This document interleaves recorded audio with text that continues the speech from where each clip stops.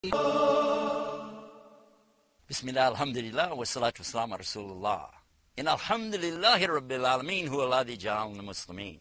This is Yusuf Estes, and for the next little bit we're going to be talking on the subject of our new series, Lifting the Fog, dealing with the misconceptions, misunderstandings, and falsehoods attributed to Islam.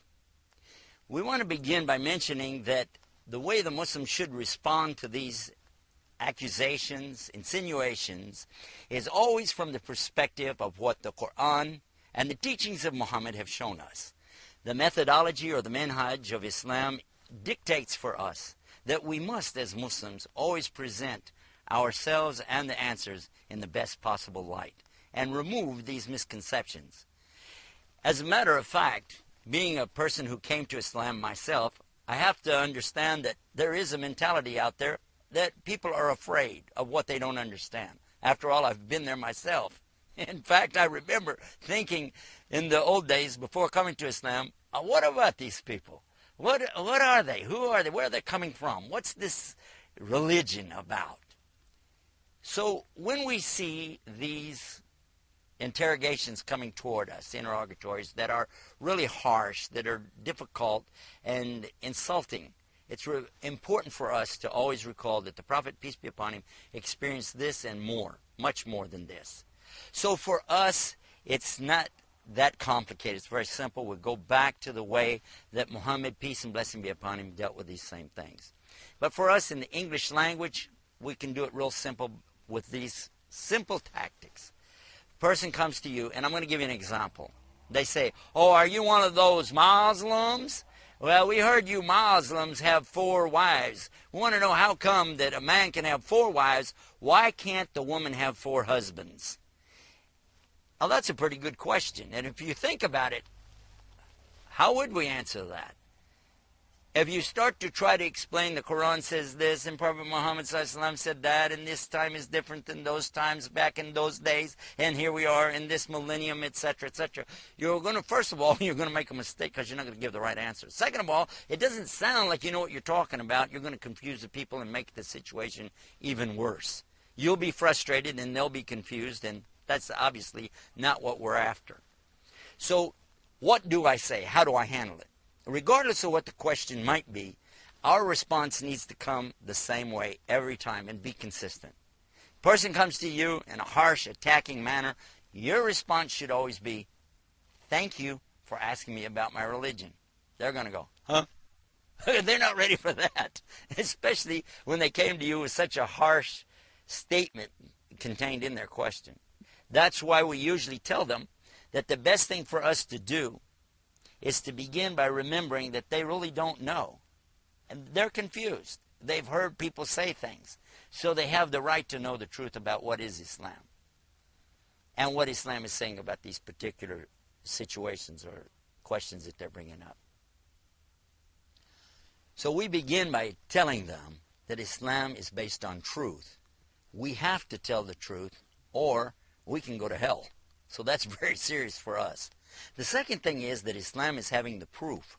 Everything is documented and preserved and authenticated for over 1,400 years. So this is not something that's going to be a difficult problem for us to solve. The third thing I like to tell them is that a lot of times questions are not really questions as much as they are statements. But they have a question mark at the end of it. And sometimes you can't really give a simple answer to a question that has a statement in it if the statement is incorrect. Let's give an example of a question that has a statement in it that's incorrect. Someone comes to you and says, "Can you answer for me a question with a yes or no answer?" You go, "Okay." Then they say, "Is your mother out of jail yet?" What kind of question is this? My mother's never been in jail. No, you said you could answer yes or no. We just want yes or no. But she's never been, yes or no. How can I answer such a question as this? Because if I say, well, she's not in jail, therefore she's out of jail, so I'll say, yes, she's out, then they're going to say what? They're going to say, "Oh, I'm glad she got out." But she's never been in jail. And if I say, well, no, meaning that no, she's never been in jail, then where would I be with that? Because the situation now, I'm saying that, in fact, She's still in jail. And neither one of these are correct answers, but I can't give a correct answer because the question has a statement which is false. And so how can I deal with that? First thing is to take the question and straighten it out and say, do you mean by your question, has my other mother ever been in jail? The answer, of course, would be no. And that would be the best way to deal with that question. So as we begin to give them the answer to the question by straightening it out, the next thing we want to say to them is, by the way, have you considered that if you hear something in this statement, that when we begin to give you the answers, you hear something you like, and you said, gee, this is nice. This is something I like it for me. And if you heard that in the answer to your question, would you be prepared at that stage to reconsider your life and see what you're doing and then consider worshiping your Lord and your God alone without any partners? Because you see, this is what Islam is really all about. Now, at that stage, you're going to go, what? Because the answer to your question actually shows you why there really is a God. And it shows you why there can only be one God. And it shows you why you have to worship Him without partners. But based on what I just said, would you like to hear the answer? What do you think they're going to say? Of course, they want to know the answer now. Now we'll come back to that particular question.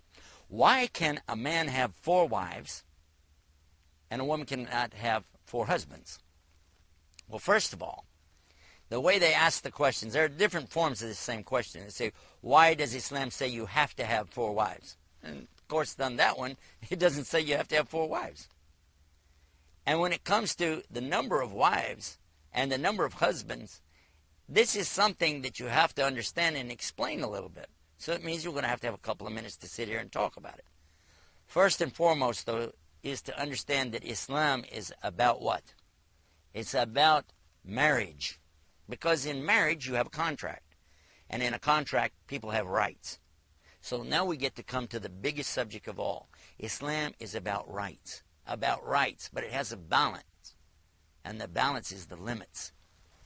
You have a right. You have a right to have a mate, someone to be with intimately, someone to love and care for you, someone to be compassionate with, and someone to share your life with.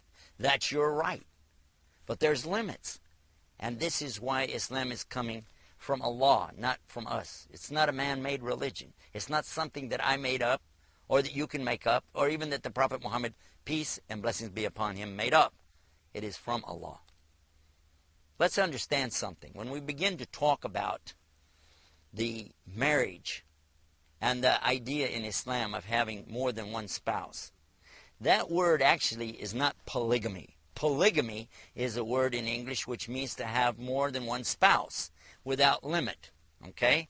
It can be a number of husbands or wives, okay? The word we're looking for in English is polygyny, which means that a man is able to have more than one spouse, but not the woman. Now, if you said, well, that's limiting, and why is that, and how come it's not fair? Again, I remember to mention to you, remind you, that Islam is talking about what's right and righteous, not about what human beings consider to be fair. And when the verse comes that talks about this subject in the Quran, it comes in a very important verse dealing with some other rights, the rights of the yatim or the orphans. This is called Surah An-Nisa, which is the chapter about the women. It begins by telling us not to do something that was the custom of the time, which was to marry little orphan girls in order to inherit their wealth. So that if a child's parents died, some tribal leader could come along and say, well, I'm going to marry this girl. And she's only 2 years old or 4 years old. I'm going to marry her. I'm going to take her wealth. And I have the right because they treated women worse than animals. And if they married them, they treated them less than their sheep or goats. So women really didn't have rights back then. So when Islam is coming now, it's saying, first of all, the rights of the orphans, the rights of these little children to have their wealth, tells us that we can't take their wealth and mingle it with our own, hoping to increase our own position. So this is something that we begin with, mentioning that. And read the verse to them, because it does start out by saying, and anytime a verse starts with the word and, it's only fair that we should look at the verse before it to see what is the continuum of the ayah or the verse. Okay? Because it is dealing with the subject here of how we treat orphans and their wealth. And it's saying for sure that you cannot marry these girls and take their wealth away from them. Rather, you should marry other women of your choice. And then it continues by saying, Ithnin, which is 2, Thalat, which is 3, Arba, which is 4. And it says, if you can treat them with equality. Otherwise, you can marry only 1. Well, actually, there are limits now which are being set forth in this ayah. The limit, first of all, is that you can only marry 2 or 3 or 4, provided that you will treat them with equality. Otherwise, you can only marry 1. The first limit is the number, because prior to Islam coming, there was no limit whatsoever on how many wives you could have. The men of those days had many wives. Some of them had so many they couldn't count them, maybe more wives than they had sheep or goats. So the first thing that happened for the Muslims was not that they ran out and said, oh, wow, we can get a bunch of wives. It was the opposite. They said, oh, dear, we have to divorce wives that we have. The number must be 4 or less, and I can only keep wives that I can treat with equality. Of course, this is talking about financial more so than anything else. You have to treat them in such a way that each has the same type of house, clothing, transportation, food, etc. It's not permissible in Islam to favor one over the other in these areas. So obviously it's going to be very difficult for anybody to have more than 1 wife. But what is the real limit that we're talking about here?